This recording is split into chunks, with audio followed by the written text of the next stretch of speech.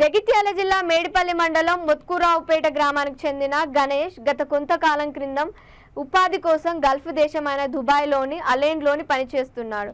అయితే నెల క్రితం రోడ్డుపై నడుచుకుంటూ వెళ్తుండగా మ్యాన్హోల్లో పడ్డాడు. గుర్తించిన స్థానికులు ఆసుపత్రికి తరలించే లోపు మృతి చెందాడు. విషయాన్ని కుటుంబ సభ్యులకు తెలపడంతో కన్నీరు మున్నీరయ్యారు.